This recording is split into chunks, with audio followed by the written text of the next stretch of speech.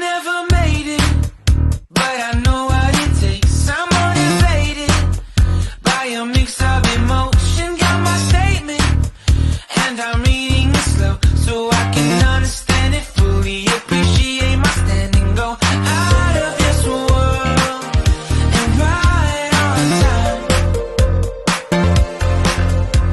Oh, never in my life have I seen the sky light up like this. I'm far away from Earth and I wanna know if you exist. Mission control, do you read me? Send me my coordinates lately. Mission control, am I drifting? Tie me to someone who will love me, yeah. Wait, I think I'll last a bit longer. Fine. Welcome everyone. Welcome everyone. Welcome everyone to another Ref Brandon and the Todd family YouTube video. Wherever you are, whatever you may be doing, thank you so much for making Ref Brandon and the Todd family part of your day. We always greatly appreciate it, as we do each and every week here on the channel during college football season. It's time to preview and talk about all the games that are going to be on television this weekend in the world of college football. Of course, college football for the week started on Tuesday night when we had Ball State at Northern Illinois. We also had Central Michigan at Western Michigan, and Ohio played at Buffalo. Last night we had Akron at Miami of Ohio, Bowling Green at Kent State, and Eastern Michigan at Toledo. Now tonight, ESPN 7:30, we have Virginia at Louisville, or as they say up in Kentucky, Louisville. And if I'm not mistaken, I believe if Louisville wins tonight, they clinch their ticket to face Florida State in the ACC championship game. I can't say they clinched their part of the ACC because there are no longer divisions, and if there were still divisions, it would not be Florida State and Louisville because they were both in the Atlantic side of the ACC. But I believe if Louisville wins tonight, they clinch their ticket to face Florida State in the ACC championship game. Also tonight, ESPNU at 7:30, Southern Miss at Louisiana. And then tomorrow night, more than likely, nobody cares, but if you do, 9 o'clock, North Texas at SMU, and 10:45, Wyoming at UNLV. I know most people I know are going to a high school football playoff game coming up tomorrow night. Coming up on Saturday at noon, we have the big noon kickoff on Fox, Michigan at Penn State, which leads me to ask this question. I would love to hear your feedback on it if you have an opinion. Do you think James Franklin is overrated? And the reason why I ask that is because a lot of people think he is, because it seems like every year Penn State always gets all this hype, and they're normally either a top 10 or top 15 team, and people say it's going to be their year, and they play a little bit better every year, but then they just can't seem to get over the hump, and they'll finish 10-2 or 9-3. Plus, his record against top 10 teams as the Penn State head coach is 3-16, which is, I mean, it's terrible.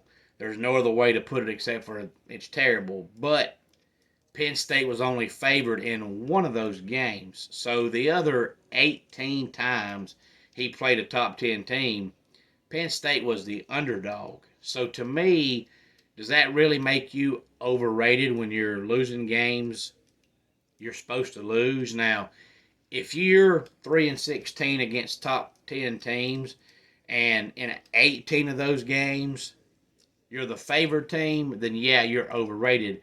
You can't win a big game. But if you're 3-16 against top 10 teams, but you've been the underdog in 18 games, you're supposed to lose. So I don't know if you're really overrated if you're losing games you're supposed to lose. Yeah, Penn State might be a top 10 team, but if the other team is favored, then the other team is just better.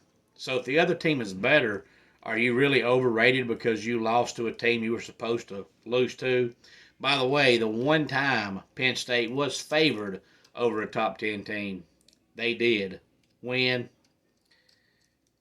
ESPN noon. Saturday we have Alabama at Kentucky. FS1, Texas Tech at Kansas. Tulsa at Tulane on ESPN2. Holy Cross at Army on the CBS Sports Network. Indiana at Illinois on the Big Ten Network. Maryland at Nebraska on Peacock. Vanderbilt at South Carolina on the SEC Network. Two former Big East rivals, Virginia Tech, travels to Chestnut Hill to take on the Boston College Eagles.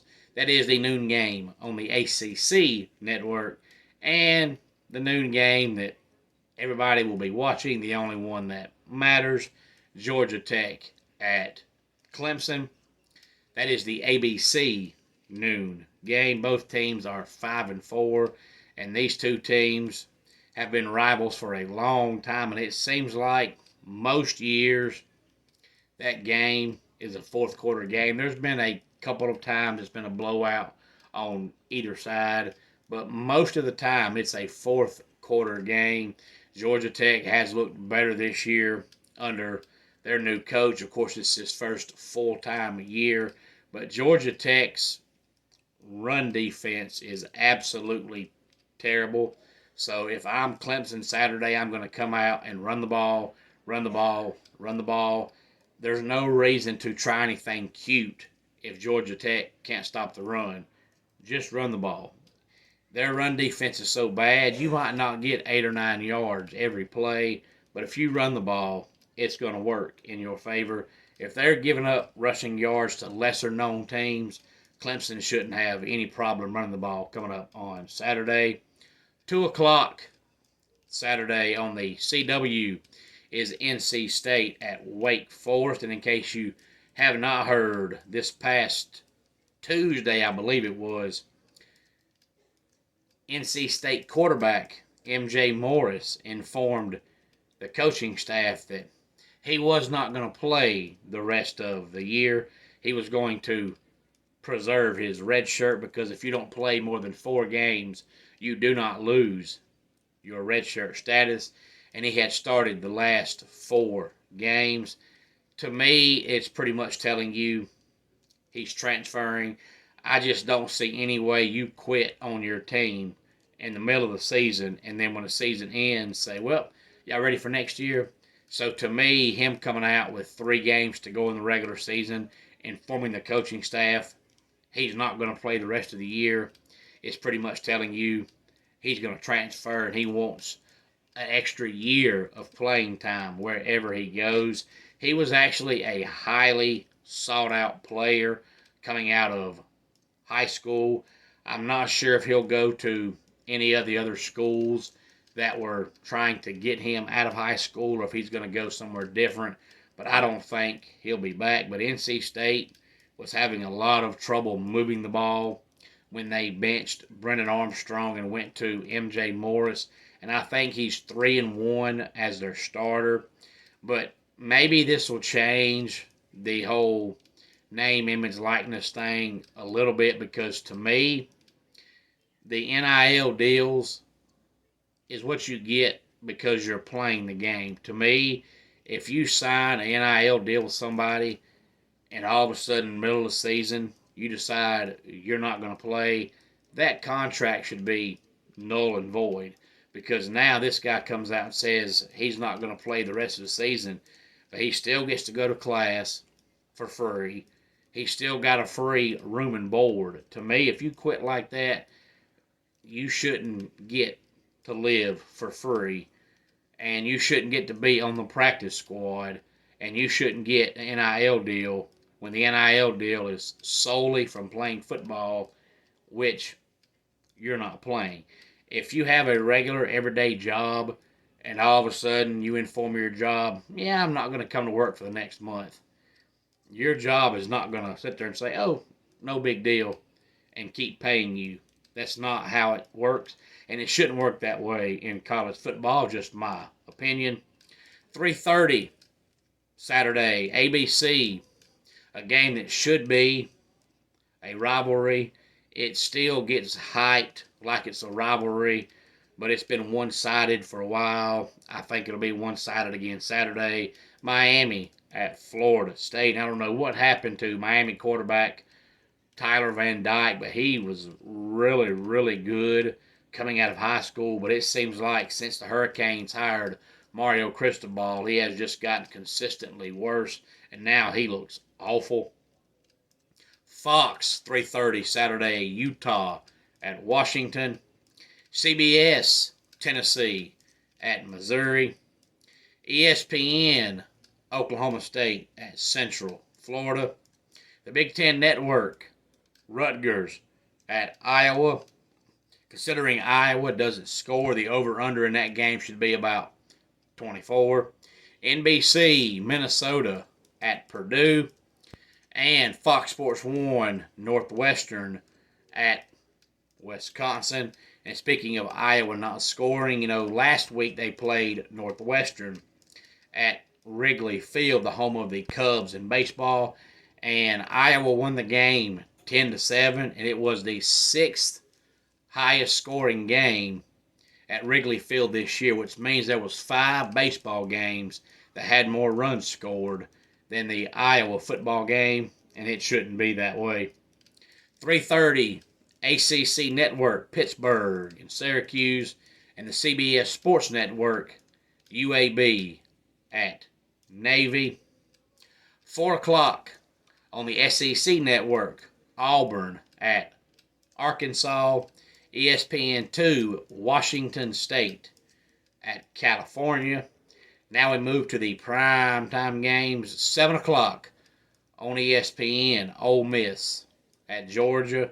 And I do believe that Ole Miss has the best offense that Georgia has played or will play this year. So it wouldn't surprise me if Ole Miss scores 30-plus on Georgia.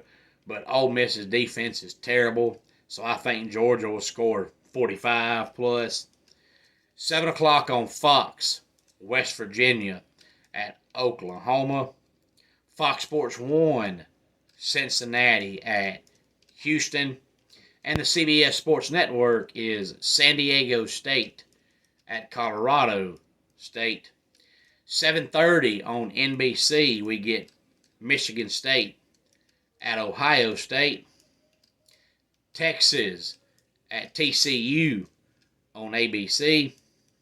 Florida at LSU on the SEC Network.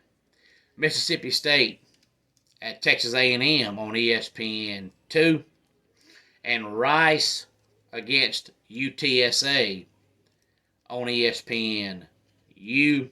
And that just goes to show you, even though I talked about it all the time, that's more proof how good of an offensive genius that the late, great Mike Leach was. Mike Leach coached Mississippi State, and they had one of the most prolific offenses in the country.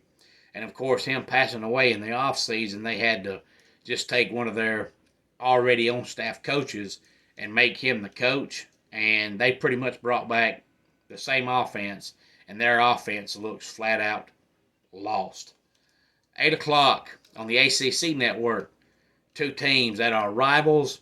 Gets talked about a lot during basketball season, not so much during football season. Duke at North Carolina. And then 10 o'clock on Fox Sports 1, New Mexico at Boise State. I believe 10:15 is the official kickoff time announced for Iowa State at BYU on ESPN. And then 10:30 on Fox, we have USC at Oregon and Fresno State at San Jose State is the 10:30 game on the CBS Sports Network. If you have any thoughts on the playoff poll that came out Tuesday night, please feel free to let me know. I know that most people are glad this is the final year of the current 14 format. Next year we move to 12. And if you're one of those people, you see why now. I said last year and the year before that this whole 14 playoff should have never happened. The BCS model was a better model, and it's not going to get any better when we get to 12 teams. But I can go ahead and tell you right now, when we get to 12 teams, there's going to be a team that's going to finish 17th or 16th, 15th, somewhere along in there, but they're going to beat one of the teams that makes the top 12, and all you're going to hear about is how can that team get in and we beat them. We're not in. It's going to happen. All this stuff is dumb. It's nonsense. We should have stuck with the BCS poll, but this 14 playoff is an absolute joke because they don't make any kind of rules as to why they put who they put where. One team they put in there because of the eye test. One team's there because of the strength of schedule. One team is there because of their potential. One team is there because of their coach, and it doesn't make any sense. And it differs and varies on a team-by-team, week-by-week basis. And that's stupid, but people wanted that because 2 teams was not enough. Now we got 4. Next year we'll have 12, and guess what? It's not going to be enough. Homes for Our Troops is a publicly funded 501c nonprofit organization that builds and donates specially adapted custom homes nationwide for severely injured post 9/11 veterans. Since the 2004 inception, nearly 90 cents of every dollar spent has gone directly to our program services for veterans. Visit at hfotusa.org.